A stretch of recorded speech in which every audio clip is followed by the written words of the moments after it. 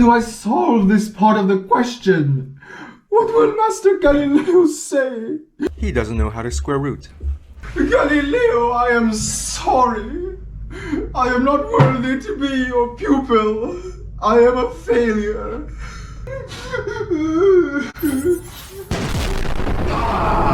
I came from the future! Tell me, fellow human, what year is this? It's just horrible. What, who, me? I can't solve this part of the question. There is no way. There is just no way I can solve this. Oh, why, never fear, fellow human, for this is what you need. Texas Instrument Calculator, the best calculator ever. Visit ti.com for more information. Hello and welcome to the best YouTube channel featuring me, your favorite online celebrity. Last week, I built a time machine. Yes! Yeah! And I have successfully traveled back in time to the 17th century, where I met Vincenzo Viviani, who was Galileo Galilei's disciple. Vincenzo Viviani will help me solve a physics question related to object motion and kinematics. And here he is, the man himself. Buongiorno a tutti! It's strange, why are we staring at this device? I will never understand future people. Sorry. Okay, let's go to the whiteboard. And so here we are, the filming booth. The whiteboard, we're gonna be watching Vincenzo Viviani teach us physics. I already wrote the question on the board. He's coming right now. I'm just gonna sit here, watch him solve the question for us. And yeah, we're gonna watch this man from the past solve a physics question.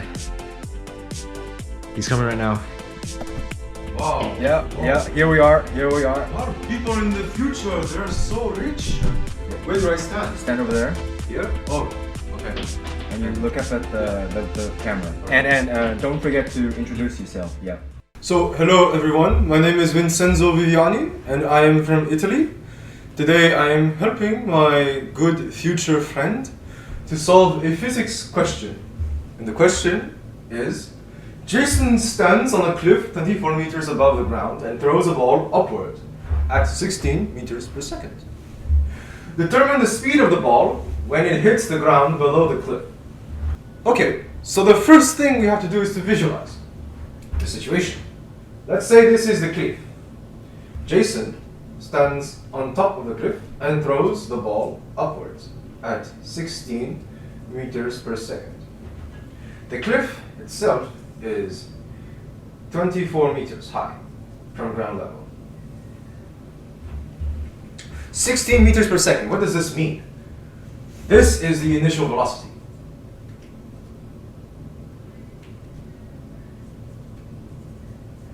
Because it is the speed at which it was released and the speed at which it was moving at the beginning of the motion.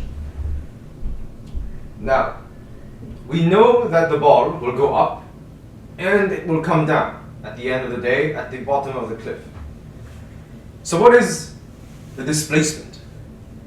The displacement is how much the position of the ball changed. So let's say the ball was first at 24 meters above ground and then ended at 0 meters. The displacement is negative 24. It started somewhere and it ended at a place that is lower than that initial position. So its displacement is negative 24 meters. We know it began at the top of the cliff and it ended up at 0. So displacement is equal to negative 24 meters. It went down. The change in position is negative. And now everybody knows that any object falling towards the center of the Earth must accelerate at negative 9.8 meters per second squared. This is common knowledge. And we are asked to find the speed. So what is the final velocity of the ball once it falls on the ground? The moment of impact. And so we must find the equation that best fits this scenario. And the best equation will be this one. final velocity squared is equal to initial velocity squared plus 2 times acceleration times change in position. Now that we have the correct equation, the best equation, it's all a matter of plugging in the numbers. So VF squared, we don't know what VF is, so, and that's what we're trying to find, so we leave it like this, is equal to 16, that's VI, squared, plus 2 times acceleration, which is negative 9.8, times the displacement, negative 24, and then we solve. VF is equal to the square root of all this, 16 squared plus 2 times negative 9.8 times negative 24. And now, thanks to this ingenious device, we find that VF is equal to 26.95 meters per second. Now, be careful. It is not just 26.95 meters per second. It is negative 26.95 meters per second because the ball is going down. Down is negative. Going down is negative and up is positive. The ball was going down at 26.95 meters per second, so it's negative 26.95 meters per second. And that is the answer to the question. Sorry folks, but seems like Vincenzo Viviani made a small mistake. Speed does not require you to have a direction, so you don't have to have that negative sign. But he would be correct if the question were asking for a velocity.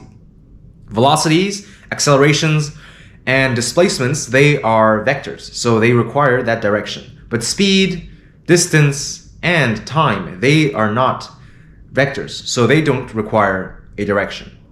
Just as a note. All this thanks to this wonderful device, Texas Instruments. The best. I can't believe such an invention, such a tool will exist in the future. This is unbelievable.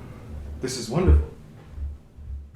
I'm sorry, I have to stop Vincenzo Viviani because if I were to let him talk, he would go on for hours just describing how good, how wonderful the calculator is. And right now I am preparing to send him back into the past, 1672, where he belongs. I can't keep him in the future forever, and like all good things, this just has to end. It's pretty hard for me as well. And yeah, we're preparing to say goodbye.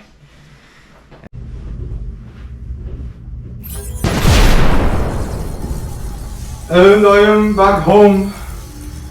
Thank you for bringing me to the future, my friend. Farewell. Farewell. Farewell, Mr. Viviani. Ciao. Bye. Wait! You forgot this? Oh, time traveling is tiresome. Let's see what's on the news.